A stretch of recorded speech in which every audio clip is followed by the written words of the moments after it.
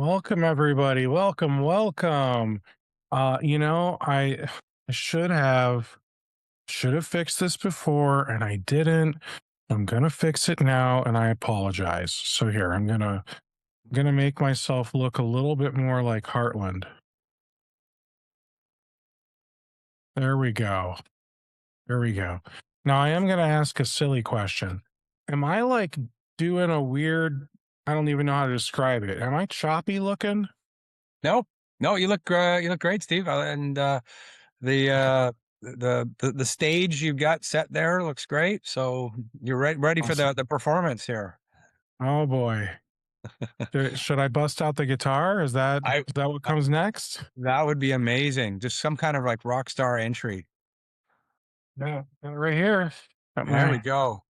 it's a bass though. It's not, Oh, okay, okay. so I play the bass a little bit too much like a lead guitarist. It drives the band leader nuts at church, but it sounds so fun. You do any of the cool rock star moves? I don't know, Like a some power kind of slide or like to yeah, kick in or exactly. All no, those. no, man. I'm a little too old for that these days. I just got a prescription for bifocals. So Oh, God. I was just talking about this in the last webinar.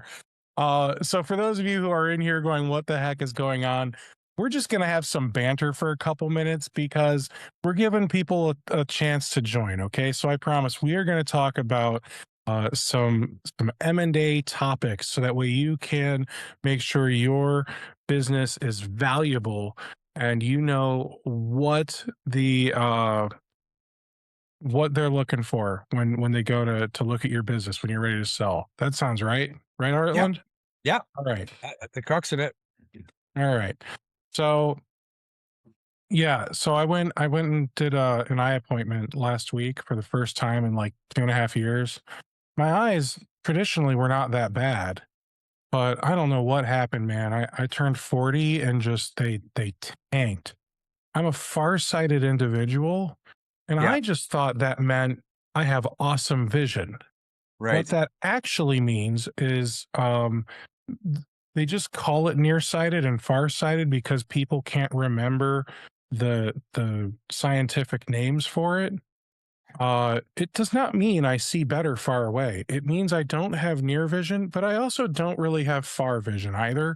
It means that my eyes are accustomed to correcting and compensating the focus at all distances. For, I'm going to say, normal people who are nearsighted, you can see up close just fine. Distance is where it becomes problematic. So my eyes all day long are just like, I always think of it now like a camera lens. They're just changing focus all day long, going from computer to out the Yeah, window to whatever, right? So my doctor explained to me, he said, what's happening is your eyes are doing all this work, you're straining your vision. Your brain is actually connected directly to your eyeballs. Your eyeballs are technically part of your brain, if you huh, want to get super technical about it. And they said your eyeballs are doing so much correction that your brain's computer is running at like a 30-40% load just to do vision. And then right. you try to do like memory and speech and comprehension and everything else, and you go on overload. So, they were basically explaining all of these other weird problems you're experiencing could actually just be because you need better glasses. So they dilated my eyes twice. They did one drop and then they immediately did a second drop. I couldn't see until the end of work on Friday. I promise, Baxter, that is really why I really couldn't see. Uh, it was bad. So on a computer, on a Mac, they've got accessibility and you can like zoom way Yeah. in. And I had used the fullest zoom and I still couldn't read the words. Wow, that's scary almost. It really is, yeah. But I mean, I knew it was gonna wear off, and it was fine by like 5:30. But Right. I mean, at that point, I was just, mentally fried. So Sure. yeah, it unfortunately kind of ruined a whole day. But I'm getting new glasses. They'll be here hopefully in a week or two. Fingers crossed. I'm very excited. So for those of you who don't know me, I'm Steve. I would do webinars for alternative payments. This is not a webinar to sell you alternative payments. It's also not a webinar to sell you Heartland services at the host broker. This truly is going to be an educational webinar where we teach you about how you can get the most out of your MSP when you're ready to exit. Okay. So I ran an MSP for over 10 years. I've been in the IT community for over 20. So I've got some experience. I know some of the pain that you, the viewer, are experiencing. I don't know the pain that Heartland's experiencing, and I think I'm okay with that. Um, Heartland, how about you tell us a little bit about yourself? What's your vision like? Well, it's funny. You got to. I won't derail us too long, but I can certainly resonate, and I can say a few more years and things don't get any better. I'm sorry to say. But the adjustment factor is the thing I find hard. Long to back to long distance to short distance, and I coach kids soccer, and so across the field, and then I need to look at my phone, and making those adjustments back and forth is difficult. And I've noticed a big difference in the last year.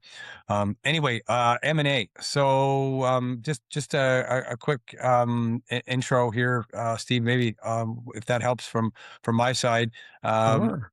my name's Hartland Ross. I'm president of eBridge Marketing and the host broker. We specialize in working with IT service companies. We started as a marketing company about 25 years ago, supporting IT businesses, and then built out our M&A practice about 20 odd years ago. And so that's all we do is work with IT service firms, and MSPs is the majority of that work these days. And so we've looked at, frankly, thousands of deals, opportunities, etc. Closed hundreds of them, and like to think that we know something about this space. We publish a list of companies for sale every week. It goes out typically on Wednesdays. It's free to subscribe, so if you're interested in looking at deal flow, we can help you there, and sort of support you whether you're a buyer or a seller. Wonderful. So, hey, you got to know us a little bit. Now let's get to know you. I just launched a poll, guys. It's got 5 questions. I'm going to say they're almost all multiple choice. Uh, Questions number 3 and 4, I would say, are most important.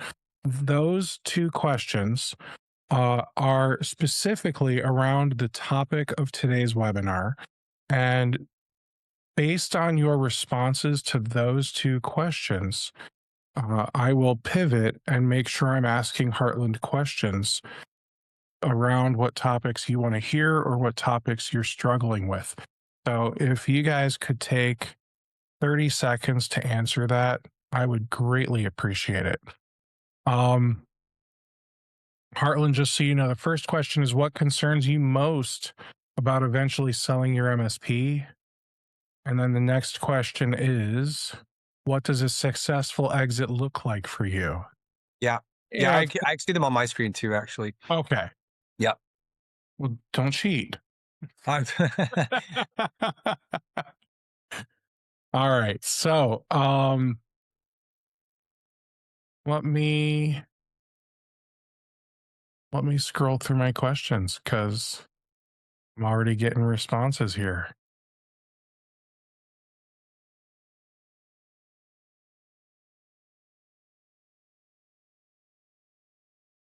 All right. So, not knowing when the right time to sell is. That is, for now, the number one response on that first question. So, Heartland, how do owners typically figure out their timing? Where do they usually get it wrong? Is there like a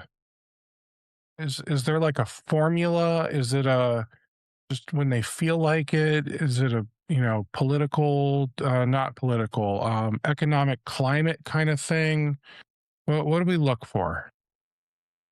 Yeah, I honestly would turn it around and say that that selling a business is really very much a personal decision, and that when I say personal, I'm talking about your own circumstances, your own motivations, your own constraints.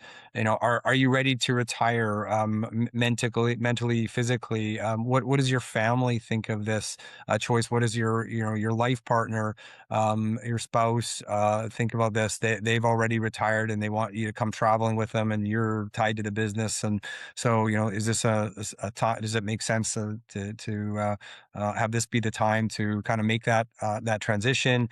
Is there another business that you want to get into?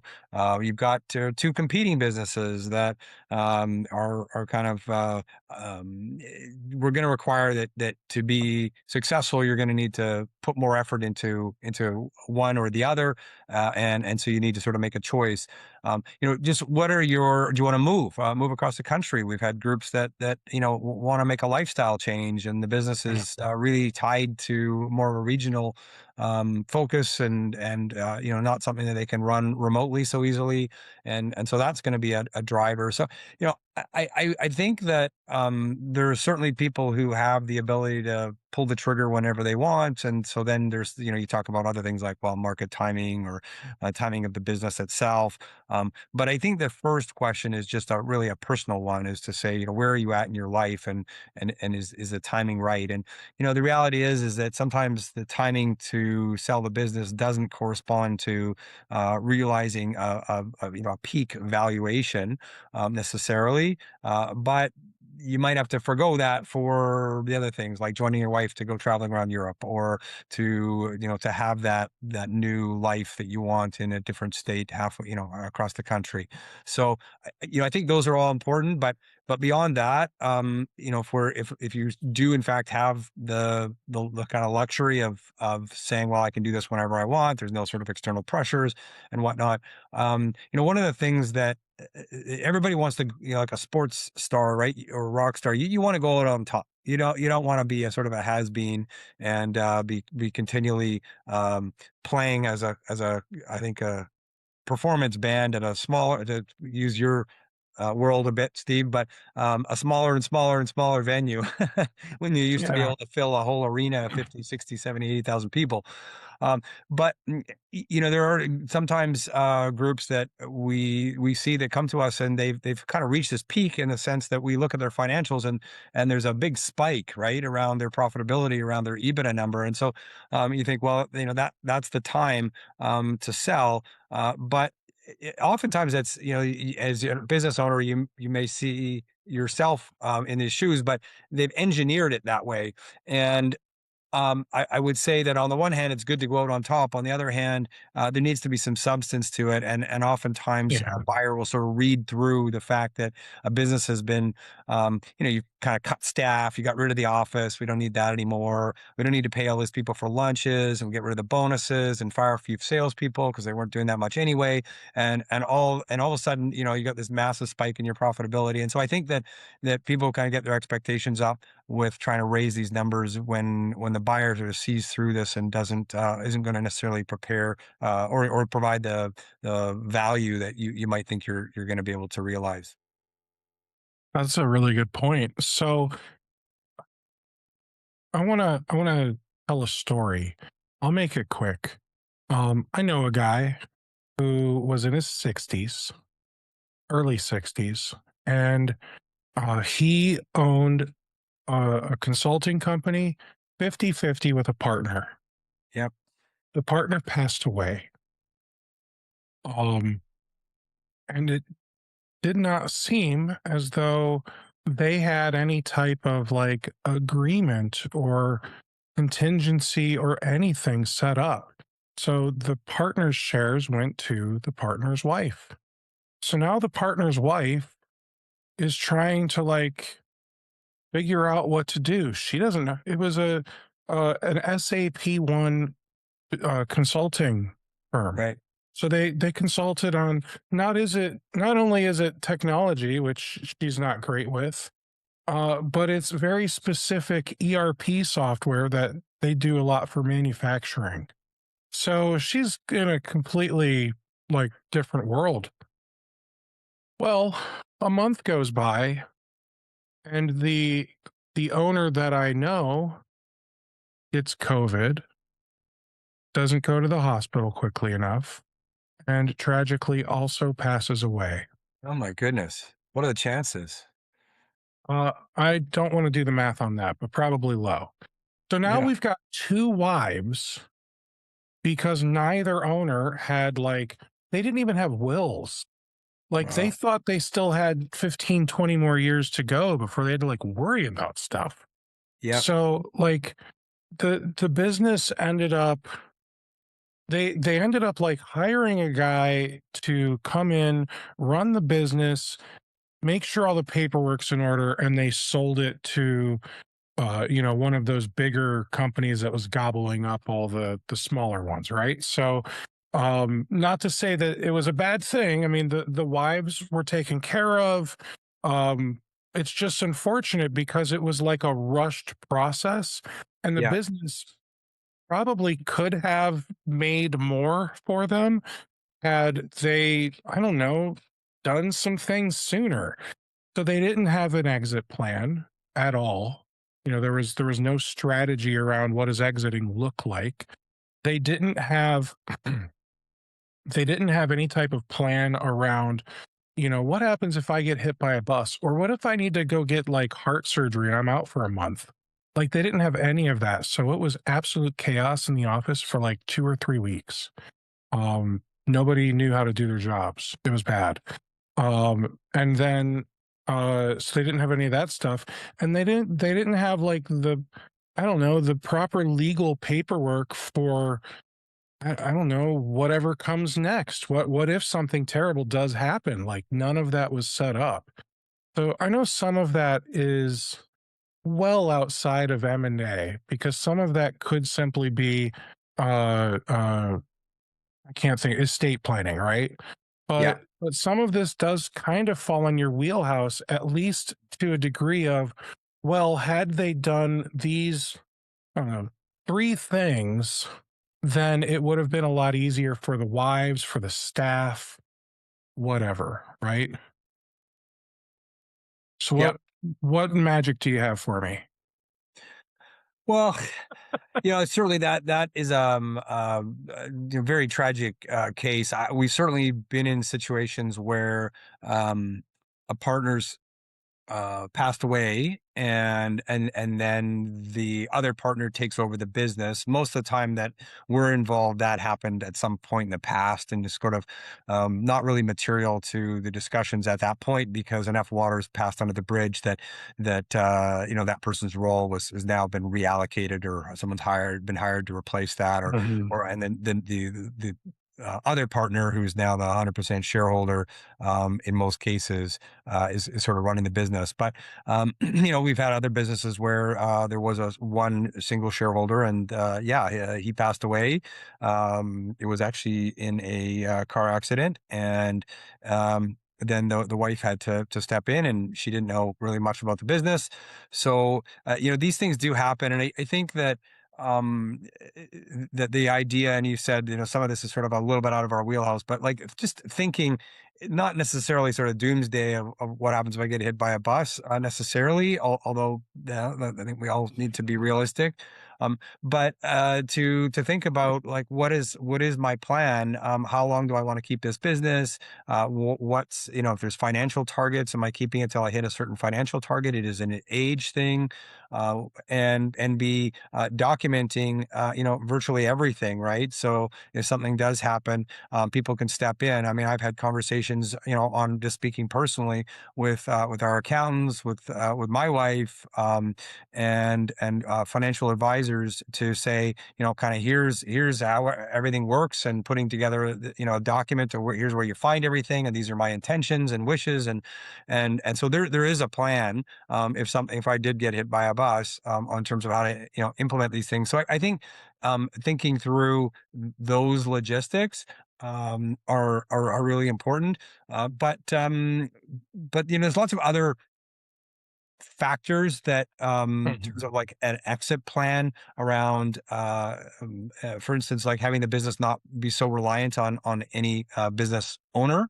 And so, what are some things that you can be doing, even if it's nothing to do with the morbid discussion around, not being around in the future, is just that a business is ultimately going to be valued more if you're not the one that's keeping everything running day to day. Mhm. And then, so, we talked about an extreme example, okay? I don't want to scare you guys away. That's probably not going to happen to you, right? But what if the owner just like gets burned out and they're like, I just don't want to do this anymore? Um, Sometimes the owner might be like ready to exit, but the business isn't. Yeah. So, what would you say to that owner? Well, so honestly, that actually used to be the main reason that we would entertain discussions with sellers, where they wanted to look at potential options for an exit, simply because they were burnt out. And it was quite a common thing. We used to do a lot of work in the web hosting industry and data center space and infrastructure providers, and we still do. But that was a very common concern or issue for a lot of those folks, those business owners. Nowadays, we're seeing more groups, not really probably so surprising with the demographic changes, but looking to retire. So that's tends to be more of the reasons we have discussions with. But in the event that somebody's burnt out, there's not really much that at least we can't do. Maybe if you talk to a coach, they could sort of turn your perspectives around and reinvigorate you and get your energy back. But if someone's in those boats, and appeals both to you as a potential listener of this, and business owner, feeling like you're in that category, but also flip it around. And if you're interested in being a buyer and you might be dealing with somebody who, as a seller, is burnt out, that's not a very fun place to be. And unfortunately, I put it into the category of, kind of your hand is being forced, and that comes under like, I've had a health issue, I can't continue with this business, the doctors told me I can't keep up this pace day to day, so I need to slow down, I need to sell the business. Or my wife or some other family member has been and some sick, and I need to cut back and be able to spend more time with them. There could be other aspects that are sort of forcing, or divorce is another one that can force your hand. So I would say if you're burnt out, it is a hard one to turn around, and so put that just as in this category of kind of having your hand forced. And unfortunately, there's not much you can do at that point. It kind of it is what it is. You're selling the business as is, where is, and I think it's important that you have to be kind of candid about that. But there's certainly we would do our best to try to help prepare the business. But there may be some things where, hey, had you had more time, more energy, you could have turned around and addressed, that would have gotten you some additional value. And we would have conversations with someone in this situation to discuss these things and see whether they have enough gas in the tank, to be able to fix some of these things. Some of them are relatively short term; they can be fixed in 2, 3, 4 months. Others are Mhm. probably going to take a bit longer. So, it just honestly just comes down to kind of priorities and energy levels at that point. Okay. So, M&A can sound, I don't know if scary is the right word, but overwhelming. So, for someone who's never sold a business, what does the process actually look like from start to finish? Like, the idea pops in my head. I'm going to sell my company to the ink has dried, the company is sold. Freedom. Yeah, well, I think that, going back to our point before, I, ideally the process would have started long before this, in terms of Sure. mentally wrapping your head around this concept of kind of an exit plan, right? And Mhm. so this actually conversation to some degree ties in well with a session that we did back in December on our end, Steve, where we had a couple of panelists that I was talking to who had a perspective. One was a consultant coach in the space, exit planning kind of coach, and the other one was someone who'd sold their MSP and had some personal experiences, and that is just kind of wrapping your head around like what's next for me, right? What do I want to do? What am I trying to solve? And one of the things that I talked about is this idea of, and segueing from our last question, is are you moving away from something or are you moving towards something? So moving away is I'm burnt out. I lost my biggest customer. We've got problems with the vendor relationship. Whatever it is, one of my key employees wants to leave. All of those things, and I'm fed up, and I just want to sell the business. That's going to solve my problems. And moving towards, so that was all moving away. Moving towards is I want to move towards traveling the world, or I want to move towards focusing on this other business, or towards my golf game, or some hobby that I haven't done that I want to do, or giving back to the community, or whatever it is. So I think it starts before all of that in terms of mentally wrapping your head around what you want to do, and then assuming you've got that piece squared away, and there's a lot there. Like I'm saying it's relatively simply, but there what you don't want is regret, right? So making sure that you've got that step, and then just moving into the next sort of preparation with the business, which is trying to extract yourself from day to day as much as possible, trying to put in processes, trying to make sure you've got a team in place that can run the business. It may be that most buyers are going to want you as a seller to provide some. It's called transition support. So you're going to be kept around for some period of time, but that length of time will depend entirely on how reliant the business is on you as the business owner. And so if you said, "Look, I mean, I kind of a bit of the conductor, but like somebody else could be hired to do that role." Most of my team is autonomous and kind of knows what they're doing, and they've been with me for a while.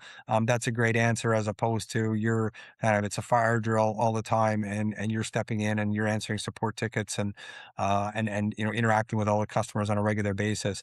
So trying to extract yourself, trying to to really reduce risk with any the perception that a buyer would have of taking over that business. And the risk is, well, it's reliant on the owner. The risk is the customers are not on any sort of contract so they could leave. The risk is you've got a big customer or two or three that represent a significant amount of revenue of the business, and those ones are tricky to do much with, but there's some discussion points to be had around how to mitigate that. um, and if you got things like any liabilities, like you've got an office lease that's you're about to come up for renewal, don't sign a 5-year renewal on that office lease, because the buyer may or may not want that. Sign something shorter. Again, attaching yourself to kind of long-term commitments. So I think all of these things, and there's more, but those are some things to consider.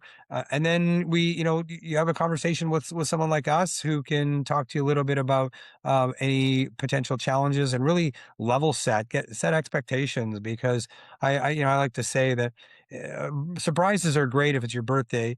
Some people may not like surprises, but it's a good thing generally on a birthday, Christmas time. But when you're selling your business, you don't want surprises. If there's going to be an issue, let's talk about that issue and figure out what they are in advance, and we can get ahead of the game. If buyers bring those issues up, we've already had discussions on what those are, and so we put together a package that represents the business well, tells the story, and then go to market. And from the point at which we go to market to selling a business is usually about a 4 to 5 month period. So just to give you some perspective, and I can dig into more detail, but that's sort of high level. Appreciate that. So, up next, we're going to start talking about what a successful exit could look like for you.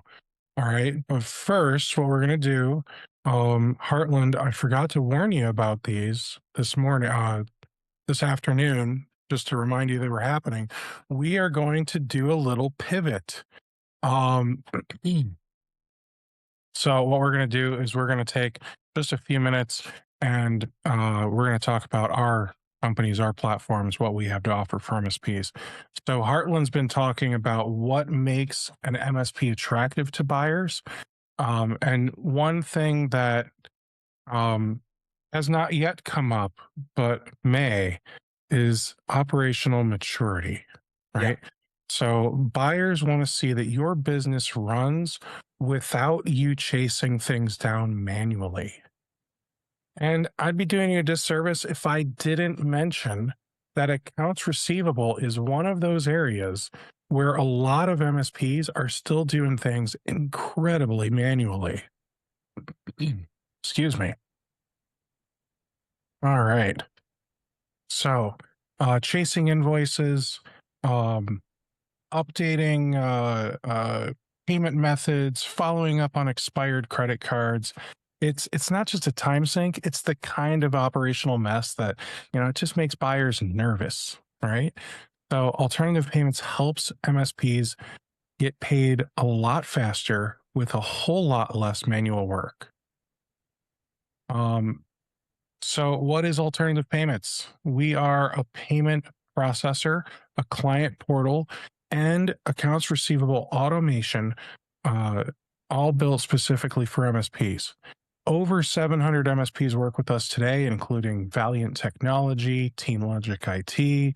You'll see many other logos just on this slide here. And we are going to help MSPs like yours get paid faster without chasing anybody down. Um, your clients are going to get their own branded portal where they can view all their invoices, update their payment method, and they can even turn on auto pay themselves. No more questions like, can you resend that invoice in an email to you? No more finding out a card expired 3 weeks after the fact. The money just kind of shows up. Integrations and automation, we integrate with ConnectWise, Autotask, Halo, SuperOps, QuickBooks Online, QuickBooks Desktop, Xero, FreshBooks, Sage Intacct. There's like 15 platforms we integrate with today. We have more accounting integrations than any other MSP focused AR automation platform. How it works, invoices will get created in your PSA thanks to your accounting platform. Alternative payments will also get that invoice. We'll send the notification to your client. We will charge their card or draft an ACH from their checking account whenever the invoice is due, as long as autopay is set up. When it gets paid, we will mark it paid in both systems. We will deposit the funds into your bank account as soon as the next day. And then we will create the deposit record in your accounting software. We'll attach all the payments, all the fees. That way, when you download your bank feed, everything matches, reconciliation done. You don't touch any of it. You don't have to wade through a 26-page credit card statement that explains why you paid 18 different fees on this one client's charge. It's all just very easy. So, what does this mean for you? You eliminate about 80% of your manual AR work, save around 3% on credit card processing fees. And we can tell you more about that when you book a demo. And you can get paid faster because people actually pay on time when you make it easy for them. Setup is simple. Our customer success team can migrate your payment data from whatever platform you're on now, fully PCI compliant. So I know every MSP, you guys all run just a little bit different, but that doesn't mean we can't help you. So I think we should have a conversation about your specific situation. I'm going to put up a poll. If you think this could save you some time or money, just let us know because a conversation couldn't hurt. Now, Heartland, I'd love to give you a couple minutes to tell folks about the host broker. Floor's yours, sir. Yeah, thanks. I think sort of referencing alternative payments and the work that you guys do. I would put this into a category of we've got the advent of AI here making huge inroads into MSPs and the support for clients, triaging tickets, being the sort of the first line of defense, and all of this ultimately is going to end up reflecting in a more profitable MSP because the some of the manual work, which ultimately costs money, will end up being reduced or perhaps eliminated in some cases. And so, that ends up making for a more highly profitable business, and a more highly profitable business is worth more. And so, it's another sort of discussion around the impact that AI will have on MSPs and the valuations. But anyway, just to sort of tie into the points that you were just making. But yeah, I mean, look, as I said in the beginning, we specialize in working with IT service companies, and MSPs is the majority of that group that we support. We do mergers and acquisitions work. We put buyers and sellers together. We publish a list once a week. It goes out. It's free to subscribe. One thing I didn't mention is that if you are a buyer and you've got specific requirements, criteria, geographically, or in terms of the size of opportunity you're looking for, we can take all that into consideration, and we have a matching process. So, if we have an opportunity we think is a good fit for you, we'll proactively reach out, so you can register those criteria with us. It's called our wish list, and you can reach us at info. Probably the best one is just info@thehostbroker.com, and we can provide you with a link to provide those criteria. And if you have any questions, happy to have a conversation, either as a buyer or a seller. We've been in this space for over 20 years, and done hundreds of transactions, and viewed thousands of opportunities. So pretty and if we can help you, happy to make a recommendation as well. So good. So I'll launch a poll for Heartland as well. If you're interested in a conversation with Heartland, you want to talk about what an exit could look like for you, just let us know. Conversation couldn't hurt, right? So now we are going to dive right back into the education, everybody. So we're going to start with the number one answered poll question, poll result, I should say, hitting a specific number that funds my retirement. So, how do you help owners figure out what that number actually is? Is that something you do, or is that something that their, I don't know, their CPA accountant should be doing with them?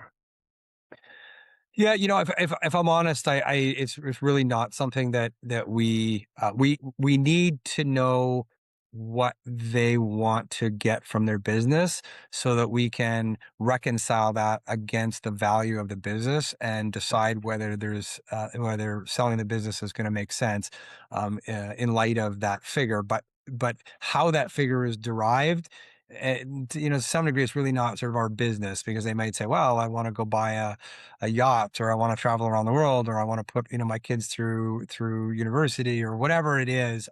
And these are personal decisions, and kind of tied directly into somebody's lifestyle, and their current net worth and whatnot. So it's very important to have that figure. Don't get me wrong. It's not an exercise that we're going through. But I think that the piece that is worth chatting about is the sometimes disconnect that we see between what somebody needs in order to have that freedom number, and what the business is worth. And so, we sometimes have to be the bearer of bad news to say, unfortunately, I know you need $3 million, but your business is only worth 2 million. And so, at that point, someone needs to make a difficult decision. Do they keep the business until it's worth more, and recognizing that they're also going to have an income for some period of time that will help address that delta as well, or do they kind of wrap their head around the fact that they're not going to get as much as they want, and now they kind of need to make a lifestyle adjustment. And, again, going back to my comments earlier, sometimes your hand is forced, and you end up needing to decide that I'm going to have to sell the business for, essentially whatever I can get for it. Not to say that it's a fire sale. It's just that the market will dictate the value. And, if you're having conversations with us, we would have had that conversation with you in the beginning to set expectations around here's what we think the business is likely to realize in the market, with a range, because there's always a range. There's payment terms are a big factor to selling a business, and so someone will, to take it to the extreme, someone will pay you more if you're willing to say, I'll take payments over the next 10 years, to make a ridiculous example, versus here's a check and walk away. Those are two different, entirely different offers. So when we talk about valuation, you need to sort of put in perspective in terms of what the payment terms look like. And as I say, it's sometimes a difficult conversation for someone to have and figure out what they want to do. Um, and then there's maybe some low hanging fruit that could help increase that value, that is solved relatively easily with some changes over the next 6 months to a year. But most times the delta is sort of big enough that there's something more fundamental that needs to change. Okay. Um, once they know their number, how do you reverse engineer a path to get there? Because maybe now is not the time to sell, but maybe they're okay to wait. Yep. So now we got to go into like repair mode, right? Yeah. This is a relatively common pivot point. And in some cases, someone's just having a conversation with us, not because they're ready to sell, but just because they're thinking in that direction. So we were talking earlier about that, the exit planning process. And so they acknowledge right from the get-go, hey, I'm 60 years old, I'm not ready to retire yet, but I'd really like to be out of this business by 63. So I've got a 3-year runway. Here's where I'm at. Here's this structure of my business. Let's talk about it. And what do you see as some things that I need to do to improve my business? So we have a conversation, and we go through some of these things, and then at the end of the conversation, the person has a couple of options. One is, okay, great, I will go and try to work on these things myself. Another option, which I think is certainly one that's worthwhile considering, is working with a let's call a coach or consulting advisory firm. There are quite a few of them out there. They do specialize in different things, whether it's operational, whether it's sales, whether it's and you mentioned here, Steve, sort of moving up the ladder in terms of your operational maturity, which is for those who aren't familiar, a service leadership term. And so, to the extent that you can kind of move up that ladder, you'll get additional value. And the problem is that if you haven't, if you had the business for 10, 15, 20 years, and you haven't done some of these basic things in that whole period of time, it's realistically hard to kind of, all right, well, in the next year or two, I'm going to change all these things, right? You've had a long time to do it, and maybe you're just in finding out about some of them for the first time, but probably some of it's you're already familiar with. So I think there's value in considering having an external group to help coach you along, to help prioritize those things, keep you accountable, give you resources, save you time in terms of resources and copy and whatnot to deploy. And their whole premise is invest X dollars with us, and you'll end up realizing an X plus something return in the value of the business, right? So there will be an ROI on those that investment of time and financial resources to these external groups. But we don't do that ourselves, I should say. We're not. That's not our business. Sure. How often would you say owners hit their number or maybe even exceed their number versus having to adjust expectations? I think that the vast majority of people that we speak to, if I had to put a number on it, it's like, probably 75% would say that they have spoken to enough people, gone to a conference, listened to a webinar like this, Googled it, um, had AI weigh in on their valuations, and so they're not that surprised at where the number ends up being, and usually it's sort of close enough to check that box, if you like, in terms of moving to a next step. So I would say, the disconnect is not as common as it is where there is a connection. um and so then it opens up other questions, right? We've got the valuation is a big one, but that's not the only factor. And then we go into, some of the other things that we've been talking around, what are your next steps in your life? What does transition look like? What's your time frame? And are there any other kind of considerations that need to be made here in terms of preparing you for that next step? Okay. Um, should how does deal structure? I think you touched on this. Earnouts, seller financing, equity, all that stuff affect whether they actually hit their number. Yeah. Well, I think the easiest way to describe it is, and I think this is an important kind of concept. And although it's somewhat obvious, it's, if you really think about it, put yourself as, if you are a potential seller, put yourself in the buyer's shoes and think, would you, if you knew nothing about this business and you came along, I mean, you knew something about the MSP business, but you didn't know about your business and you were considering buying your business, you know it better than anybody, and so you obviously don't deem there to be a lot of risk with it, probably. And so that makes sense, right? You know all the customers, you know who might consider leaving, not renewing, and, whether it's employees leaving or whatever the risks might be. But the buyer doesn't, and so the more risk you're asking the buyer to take, the less that they're willing to pay you. And vice versa, the more risk that you're willing or having to take on as a seller, the more you're going to want to be compensated. And so what does that mean? That means that if the buyer is going to put more money on close, they're going to provide you with a lower offer. If they're going to put more cash over time, and particularly if that's tied to some performance component, then hey, that reduces the buyer risk and they're prepared to pay a bit more. So there's some balance point in there that works for everybody. But there are up to five components of every deal that we see. One is how much cash is going to be put on close. So that's your sort of, you're not handing the keys to the vault over until you get that cash in your bank account on day one.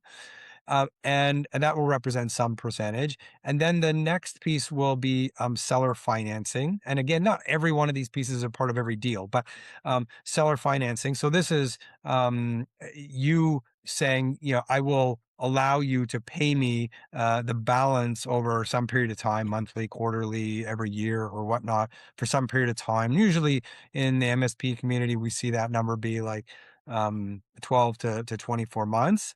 And then the next piece is an earnout. Okay, so this piece is contingent on something happening. So revenue, usually it's tied to revenue retention, but not always.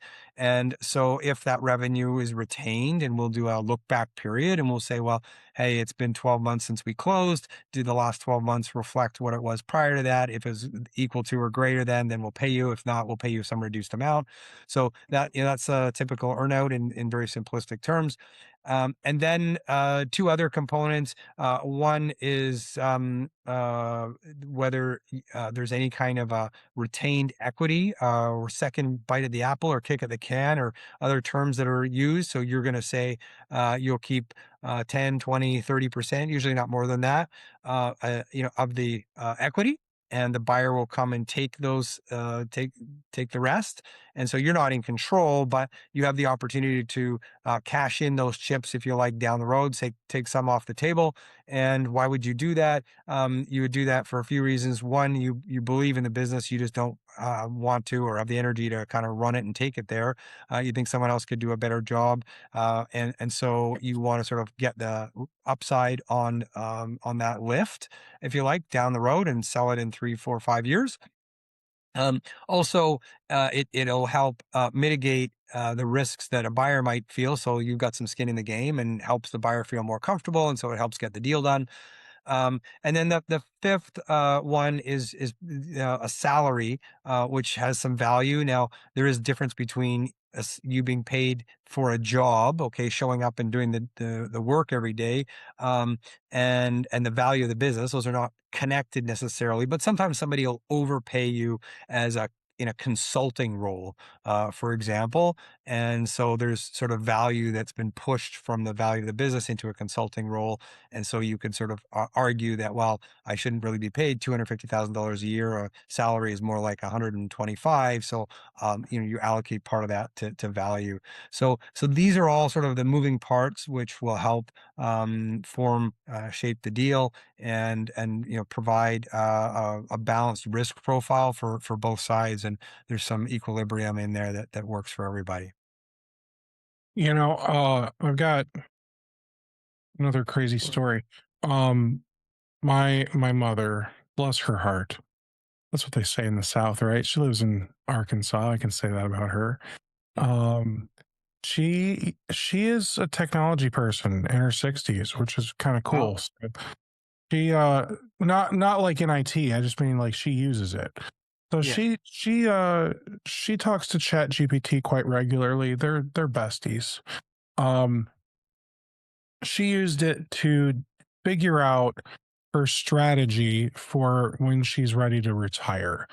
I don't know, she's 63 or whatever, 64. She's trying to figure out, do I retire at 65, 67? Do I have to wait until I'm 70? So she had AI crunch the numbers. I did tell her that AI has a tendency to hallucinate, just so we're all on the same page, and she should double check its math. But supposedly AI ran the numbers, and if she retires at 67, she could take bigger draws out of her 401k, wait until she's 70 to collect Social Security at the highest amount, which is an absurd amount compared to what she'd get right now at 65 or whatever. Mm. So, like, there's a lot of strategy around simply retiring Yeah. that regular folks like me and you being the viewer, probably aren't thinking about.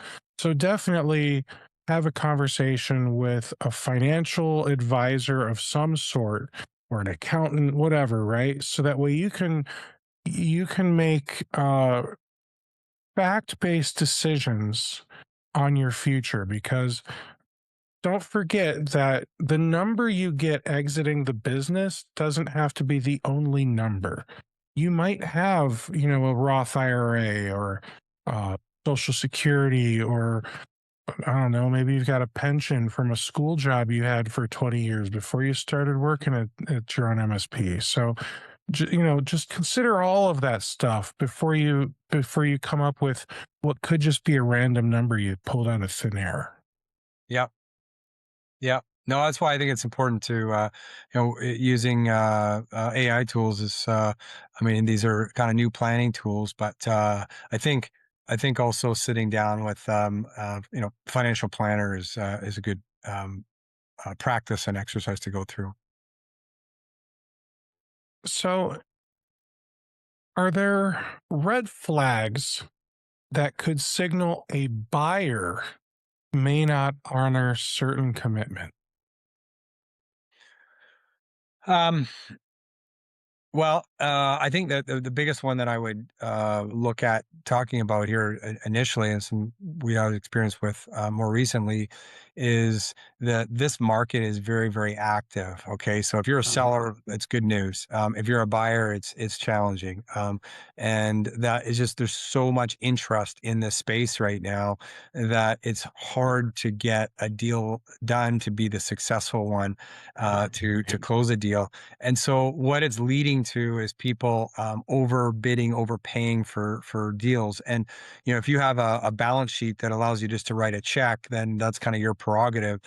But if you are looking for external financing, namely from a bank, and you make an offer that can't be supported with the numbers, the deal is going to fall apart. And so the bank is going to say, "Hey, look, love to work with you. We'd be interested in this opportunity, but you're paying $2.5 million for a $1.5 million business, and so we can't get behind it. If you want to adjust your offer, and the seller will take 1.5 million, we'd be happy to finance you all day long, whatever the numbers are. But that's the idea, and so deals fall apart because of that, and so of course the seller feels like, hey, I've got this great offer. It's an outlier compared to the others, and I want to go for it. But it's that old saying: if something sounds too good to be true, it probably is. And so the deal ends up falling apart. So I think in terms of like red flags, I would say that's certainly one. I Another one that stands the test of time is you want, and we specialize or spend a lot of time in trying to make the right or find the right fit, okay, for both buyers and sellers, and making sure that this is more than just who's made the top offer, but the fit. And we can talk a bit more about that. But the point is that um, if you are getting a vibe, if your gut is telling you that this person, this buyer, is going to be difficult to work with, they are kind of putting up roadblocks or negotiating too hard. It doesn't look like they're looking at this as a kind of a win-win, and they're trying to win at your expense. It's probably going to not go that well.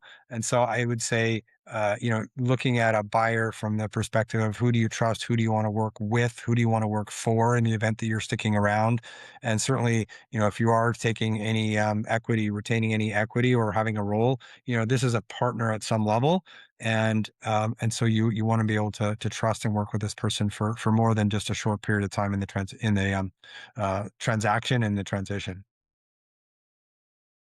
Excellent. Now, I know we've only got a couple minutes left, so I'm going to ask, I'm going to make a statement and you can just say, yay or nay if I'm right. Um, when you sell your business, and you have zero equity, or even you have a minority stake of equity, you have like zero control over what happens post sale, right? Essentially, yes. I mean, you can put some controls in advance I should say control some requests in advance. For instance, I want to keep certain people on my team, or I want to keep the whole team. Buyer will typically say, "I will do my best, and I will commit to doing my best to keep those people." But obviously, no one's going to be able to make any promises. So, the simple answer to the question is, yeah, you lose control. So there's no protections you can build into the deal and like the contract, because the buyer just simply won't agree to you trying to continue running the business while it's not your business anymore, right? Yeah, I mean, it's so in a Or lot at of least a respects. smart buyer won't. Yeah. Well, generally, I would say yes. But for example, like if you have an earnout where there's a revenue target that needs to be met, it would be foolish for the seller to agree that they're going to be on the hook for any adjustments in revenue as a result of customers leaving, for things like the buyer decided to triple the or double the prices that they're charging the customers, right? So all of a sudden they've cranked up the cost or the prices they're charging the customers. The customers decide they're going to leave or going to seek competitive quotes elsewhere. So, those types of things you can say, look, as long as I'm still kind of engaged in this and on the hook, and there's an earnout piece for that window of time. You need to play by these rules, or the earnout ratchet back is not going to be one that we can put into effect. So there's some controls around things like that. Right. And then I assume there's going to be some kind of trade off between getting top dollar and finding the right buyer if some type of protections for your team or clients are important to you. There could be, because, for example, we've had situations where somebody wants somebody retained, but that person is either overpaid for what they do or kind of not necessarily needed by the buyer. And so the seller says, "Look, I really want you to keep Steve. Steve's making 200 grand a year. If we could replace Steve with someone for 100 grand a year, that goes straight to the bottom line. And so if you want me to keep Steve, I will, but that I'm going to have to look at the value of the business, the income, the profitability, okay, and it comes down to EBITDA numbers. I'm going to have to look at the EBITDA number with Steve included at a $200,000 salary, and I'm going to pay you less for your business because you want me to keep him. And so usually when it's framed that way, someone says, "Okay, I love Steve, but not that much." Sorry, Steve. Maybe I'll talk about a different Steve. But It's okay. and there's those types of realities that a seller is going to have to be faced with, those difficult decisions.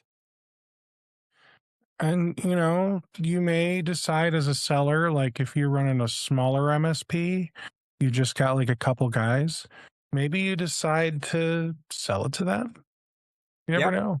There's all sorts of options available. And maybe we talk about that another time because unfortunately, speaking of time, we are out. So that I bet would be a fun conversation. What to do Yeah. when you want to exit? How do you sell to your employees? Yeah, and we've been through that a few times. So happy to chat. And sounds like a another great topic, Steve. So yeah, look Yeah. forward to it. That'd be good. Cool. Hey, thanks so much for doing this, Heartland. This was a fantastic session. I really appreciate it. Thanks for everyone that watched. We will catch you at the next one. Take care, everybody.